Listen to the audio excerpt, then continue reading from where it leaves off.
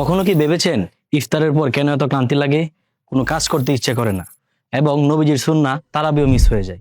এর কারণ হলো তেলে ভাজা খাবার অথবা চিনি মিশ্রিত শরবত, যা রক্তে গ্লুকোজ ও শরীরে শর্করা মাত্রা বাড়িয়ে দেয়। ইনশাআল্লাহ গ্যারান্টি দিচ্ছি, এই একটা জুস যদি আপনি ইফতারে বানিয়ে পান করতে পারেন, তাহলে ইনশাআল্লাহ আপনার সারাদিনের পুষ্টির অভাব ও ক্লান্তি দূর হবে। সেটা হলো এক গ্লাস খাঁটি রং ও রাসায়নিকবিহীন বিটরুট জুস। কিন্তু সমস্যাটা হলো বাজারের 80% বিটরুটই রং ও রাসায়নিক মিশ্রিত। খাঁটি বিটরুট চিনার দুইটা উপায় শেয়ার করছি। নাম্বার 1, রং থাকবে ন্যাচারাল। নাম্বার 2, চিনির মতো মিশে যাবে, উপরে দানা বা কাঠের গুঁড়া থাকবে না। আমার করা এই দুটি পরীক্ষায় প্রাণায়নের বিটরুট পাউডারটি পাস করেছে।